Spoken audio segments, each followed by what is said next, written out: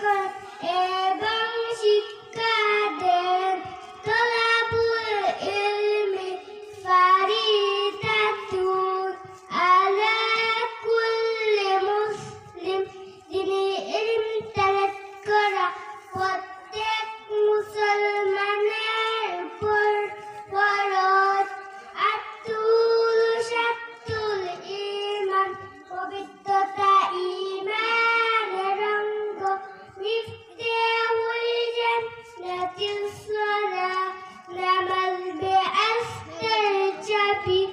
আউয়ালু মা ইয়াসাবু বিহিল আবদু ইয়াউমাল কিয়ামাতিস সালাহ। কিয়ামতের দিন সর্বপ্রথম নামাজের হিসাব হইবে।